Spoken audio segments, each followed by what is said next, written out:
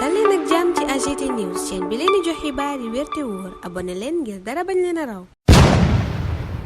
AGT News. Bismillah daleen ak jàmm ci chaîne bi ngeen taamul seen bopp AGT News xibaar yu bare yitteel yéene kaay ci àjjuma tey ji juróom-ñaari fan weeru juin atum 2024 Vox Populi yeneen xëy ci ñëwu Juan Branco ci Ndakaaru conférence bi mu fi bëggoon a amal démb. journal bi ne conférence booba université bu Ndakaaru la ko njëkkoon a bëgg a tëgge waaye ñu aaye ko mu mujjee teeree CICES yéene kaay bi ne foofa ca CICES nag la Juan Branco defee procès wu seeni noon ba nuppi artu leen teg nag lu diis gann ci kaw Macky Sall ak nguuram ga France ak cour bu CEDEAO Juan Branco ne monstre bi nag mi ngi fi ba tey te Ousmane Sonko nguuram gi ñoom lañu war a xeexal ngir fexe fi ñu indi sénégalais ñu génnee leen ci loola nag nee na ngir mu sotti maanaam ngir ñu taxawal projet bi ba sénégalais yépp siggi génn ci indignité bi ñu leen dugaloon faaw ñépp dugal ci seen loxo Juan Branco dellusiwaat ci xew-xew yu tiis yi fi amoon ndegeen bu bañ a amati ñi ne ci nguur gi tey dañoo war a def seen kéemtalaay kàttan bale lépp lu bokkut ci ñoom bokkub Amadou Ba ci élection présidentielle bi ñu weesoo Karim Wade nag Juan Branco nee na France ba kanam la ca tegoon ndax continuité la bëggoon loola daf ko doon may mu mën di wéy di teg loxo ci Sénégal daw gi mu dawe woon Sénégal gannaaw ba ñu koy rëbb it Juan Branco koy nettali ca boobaleb yéenekaay bi di Le Regard ne Juan Branco bâton de la punition la yëkkati maanaaw yet woo xam ne dafa bëgg ñu daan ci ñi fi ne woon li fi amoon nag di Sénégal gënu noot moo maître Juan Branco nee na pool d'avocat bu Ousmane Sonko maanaam ña ko doon layal ñoo yeewi réew mi beneen avocat bu Ousmane Sonko maître Bamba Cissé jamono jooja ca l'exclusif mu naan njiitu réew mi boo génnee conseil supérieur de la magistrature da nga def njuumte lu rëy maître Bamba Cissé di fàttali ca boobaleb yéenekaay ne Montesquieu waxul woon séparation des pouvoirs waaye collaboration la waxoon maanaam lëkkaloo goo xam ne gu mucc ayib lay doon ca réew mi quotidien ñu fekkati fa maître Bamba Cissé mu lëngoog Juan Branco ñu ne dossier bu méttee ni bi Ousmane Sonko mësuñu koo am Ousmane Sonko moom ak Bassirou Diomaye Faye lëngoo lañu fekk ci xët gu njëkku direct news yéenekaay booba nañu état bi organisé waat na ay service am présidence ak primature journal ba ne ku ne xam na fi mu ne luy sa liggéey yéenekaay bi ne décret répartition des services bi ñépp doon xaar génnee nañu ko journal bi yëgalee ñu noona ne bureau opérationnel de suivi du PSE bi ñu tuddee léegi bureau opérationnel coordination et de suivi ak observatoire national de l'investissement ONU yooyee yëpp primature a koy gérer maanaam ca Ousmane Sonko lay féete journal ba ne bureau de prospective économique ba nekkoon ca primature dindi nañu itam cabinet ministre en charge du suivi du PSE tëggaat gi nag yéenekaay bi ne dafa ñuy yóbbu ci doxal projet bi maanaam mise en œuvre projet gouvernemental bu bees bi yéenekaay bi ne waaye nii nu tëggaatee mbiri séddale service yi diggante présidence ak primature daa mel ni méngoowul ak yeesal ak coppite yi ñu waxoon ne danañu ko indi muy rupture systémique bi journal bi it joxoñ ay bànkaas yu ñu jàpp ne lekkukaay xaalis képp la te ñu wéy di fa tabb ay DG ki coordonnateur ñetti DG ci ngelaw li point actu lii la wax ci xëtam gu njëkk yéenekaay bi ne ñooña dañu doon bëgg a def transhumance maanaam jóge fañ ne woon dem ca Pastef waaye Pastef mooma yéenekaay bi ne dafa tëjal buntam képp kuy transhumance journal bi lim ci Baara Ndiaye Mamadou Salif Sow ak Saliou Keita ña jóge woon APR di piis Diomaye ak Sonko waaye yéenekaay bi nee na loola muccalu leen ñoom ñépp lañu bale jóge nañu ca seeni poste ñu fal fa ñeneen ñu des ci wàllug pal ak Alioune Tine mi bëral njàkkareem ci yéenekaay yu bari bokk na ci Le Quotidien ca journalub Madiambal Diagne booba moom njiital Afrikajom Center mu ne dafa mel ni état pastefien moo nekk di taxaw ci réew mi maanaam nguur goo xam ne waa Pastef képp cay nekk Alioune Tine ne Ousmane Sonko nag place bii mu nekk tey dafa caa amee légitimité bu ëpp maanaam ñépp xam nañu ne moom Sonko moo xeexe ba yegg si fii kon tey kenn mënu koo bañ a gisee ni kilifa yi lépp Alioune Tine na waaye Bassirou Diomaye Faye dette politique la amee maanaam dafa mel ni ko amee bor ci wàllu politique goo xam ne da koo war a fay tribune it yeggee ñu kàdduy Alioune Tine yooya mu naan ci xët gu njëkku booba lépp yéenekaay gannaaw état agressif maanaam état boo xam ne dafa doon agressif fi mu ne état pastefien moo nekk di taxaw ci réew mi maanaam nguur goo xam ne nguuru Pastef képp la critique sax looloo ko jaaxal yéenekaay bi ne état partisan lañu am wala état pastefien lu mu ca mën a doon daal journal ba ne système ba moom ma ngay won anti système bi loola nag l'informateur ne dafa jaaxal lool Alioune Tine la ko gën a jaaxal sax mooy Ousmane Sonko ak Bassirou Diomaye Faye nañu nekkee ca bopp réew ma mu ne loola faaw ñu jël ci ay matukaay ndax ay tension mën naa juddu ci bopp réew mi ki ñu fal ci bopp police di Mame Seydou Ndour l'info booba jamono ma nga ñu yeggee projet bi mu am bokk na ci gën a jege askan wi waaye itam fexe ba ku soxla police jot ca ñoom police it ñu xoolaat la leen war ñu ne ca formation di tàggat agent yi waaye itam xeex wàllu délinquance journal bi ne Mame Seydou Ndour lii la bëral démb nit mbëbët ba nu koy samp Le Quotidien ne directeur général de la police it gannaaw ba nu ko installé nee na yoon yi moom yoon la ci bëgg maanaam lépp tegu ci ordre rang yi jub xocc Vox Populi naan ñu Pastef fi rang yi jub xocc la bëgg waral ca boobaleb yéenekaay Ayib Daffé mi secrétaire général bi naan lépp luy mouvement wala structure parallèle dañu ko faa tere ne ñépp tënku ci Pastef tënk it ci yoon wi nu rëdd. waxtu woowu réew mi quotidien bis bi le jour di ñu yëgal ne mouvement des entreprises du Sénégal tënku nañu ci yoon wi président Bassirou Diomaye Faye xàll ngir koom-koomu Sénégal gën a suqaliku waaye itam mu doon suqaliku guy dooree ci réew mi. rakku soxna njiitu réew ma woon di Adama Faye source aane coow li nu ko tuddoon di coowal suuf ga ko yóbbu section de recherche la ko ca génne mooy ay mbokkam a cotisé yéene kaay bi ne Mansour Faye dafa jóge Ndar ñëw Ndakaaru ngir jàppale si ko. Ibou Faye di rakkam yéene kaay bi ne dafa tukki woon waaye noonu la ñibbisee it taxaw si ko. libération dinu wax nanu def ak fanu jaar ba ñu teggi loxo Adama Faye waaye Adama Faye mooma léegi ko nee na mbiram escroquerie mënu koy toppee dara du ca dëgg. journal ba ne cib garde à vue lañu ko defoon barki démb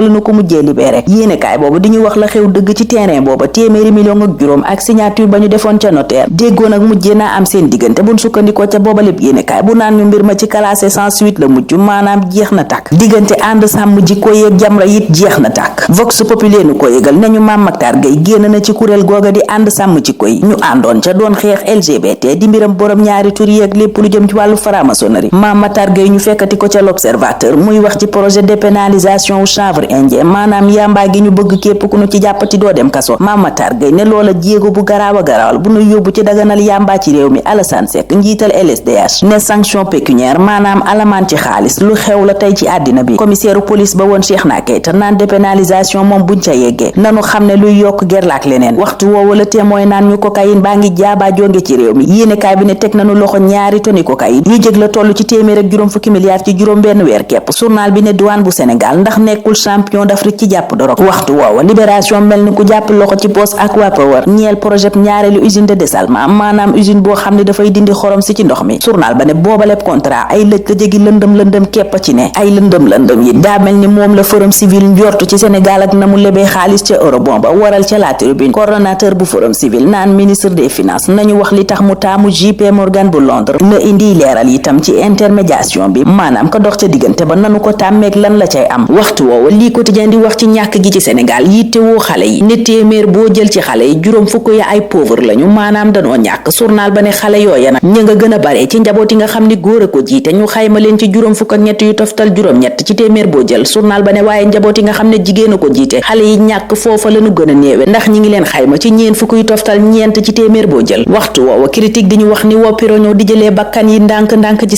Sénégal mooma laas gis ne dafa dellu ginnaaw lool ci liberté de la presse. yéenekaay bi ne loolaay xayma gi Reporters sans frontières def booba léegi yéenekaay def taxaw seetlu ci Karim Wade ak Amadou Ba ne ñoom ñaar kiif yéenekaay bi ne ay profil yu baax lañu waaye fit daal moom lañu amut. booba jamono ca l'Observateur Abdou Mbow di wax ci génnuk Amadou Ba ca APR ne it APR googa ay rëq-rëq ki dogoo am na ci diggante kilifa ya ñii ñu fal ci bopp réew mi nag tey Abdou Mbow nee na li ñuy def dara xeeñagu ci neex. gayndey Sénégal yi lañ wone démb daa mel ni xeeñut neex. Sud Quotidien ne ndox mu sedd guy lanu leen sotti douche froide yéenekaay bi ne dañoo timboog waa RD Congo ku ni benn bal la dugal. journal ba ne kon Sénégal ñàkk na ñaari poñ ñàkk it première place ba waral Sadio Mané artu ca booba lépp yéenekaay naan système de jeu bi ci boppam lañu war a xoolaat. Les Échos ne Sadio Mané kay dafa critiquer Aliou Cissé ca na muy doxalee mu ni jot na sëkk nag ñu xoolaat système de jeu bi bu dee bëgg nañu tegu te place ba ñu ne woon. Sadio ne jéem nañu koo def ba tàyyi waaye mujjuta sotti. Aliou Cissé moom naan doonte amuñu ndam sax bég naa ci li gayndey def stade ne gayndey kay lañu def mooy gaspiller ay point ci Ndakaaru. journal ba ne Sadio newu fa woon démb nag waaye Ismaïla Sarr moom ma nga fa woon. Cheikh Bara Ndiaye it yéenekaay yu bari yëgal ñu ne rendez-vous bam amoon dig démb demoon na ca waaye mujj na faa génn ak jàmm. yéenekaay bi ne pelantub Thérèse Faye ko fa yóbbu woon. Aliou bu Sonko mi ay kàddu yu tegginewul it yóbbu woon ca kanam procureur. L'exclusif nee na génn na ca ak jàmm ndax mujjee nañu koo bàyyi waral yéenekaay bi ne les pacifiés s'en tirent à bon compte maanaam génn nañu ca mball ga ñu ne woon. yéen nekk leen ci jàmm ba ëllëg incha allah ñu yendoog jàmm.